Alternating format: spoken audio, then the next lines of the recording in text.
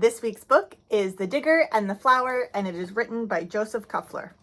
It was morning and the big trucks were ready to work. "Let's hoist," said the crane. "Let's push," said the dover. "Let's push," said the dozer. "Let's dig," said the digger. Together they built tall buildings for working. They built roads for driving and bridges for crossing. They built and built until the loud whistles blew. "I'm beat," said the crane. "Me too," said dozer. The other big trucks took a break, but Digger did not. He had found something in the rubble. "Hello there," he said. The flower was tiny, but it was beautiful. Every day, while the other big trucks built, Digger visited the flower.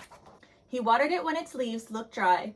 He shielded it on the windy days, and just before he switched off for night, Digger sang the flower a bedtime song.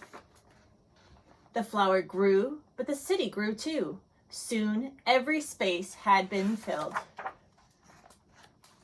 The flower grew, but the city grew too. Soon, every space had been filled.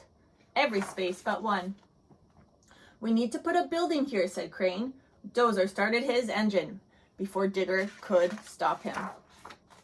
Dozer blew a big puff of smoke and cut the flower down.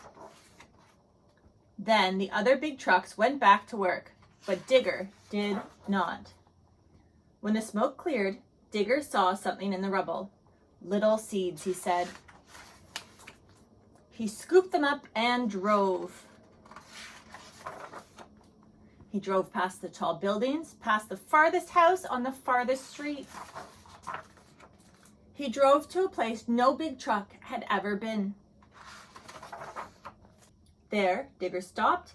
He dug and scooped and tucked the seeds into the warm earth. Every day, Digger cared for the seeds. He watered them when the leaves looked dry. He shielded them on windy days.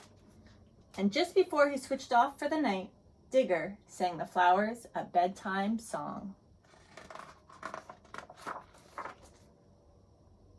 And that's this week's story, The Digger and the Flower. Hope you have a wonderful weekend ahead.